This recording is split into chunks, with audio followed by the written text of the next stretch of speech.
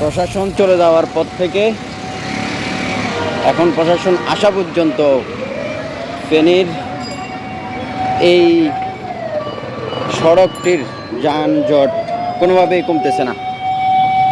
এখন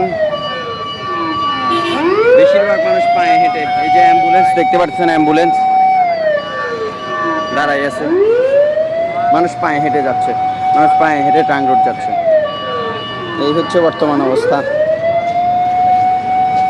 এই হচ্ছে ফেনীর সিচুয়েশন।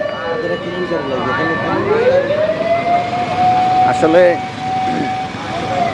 প্রশাসনিক কোনো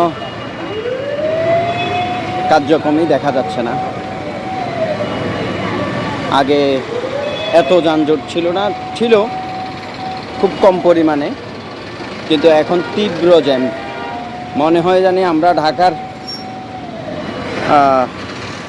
পুরাতন পল্টন বা বনানীর জ্যামে পড়ে আছি, এরকম অবস্থা। এই যে অবস্থা দেখেন, দুই পাশেই জ্যাম। এখানে কোনো ট্রাফিক নাই, ট্রাফিক পুলিশ নাই।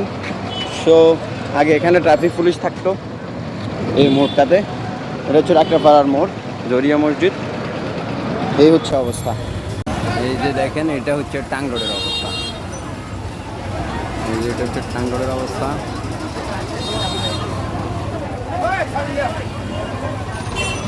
গাড়ি যেন চলতেছেই না, এই একটা অবস্থা। এই হলো কারেন্ট সিচুয়েশন। এখন প্রশাসনের কাছে প্রশ্ন, এভাবে কি ভোগান্তিতে থাকবো আমরা? আর কত ভোগান্তি দিবেন? দয়া করে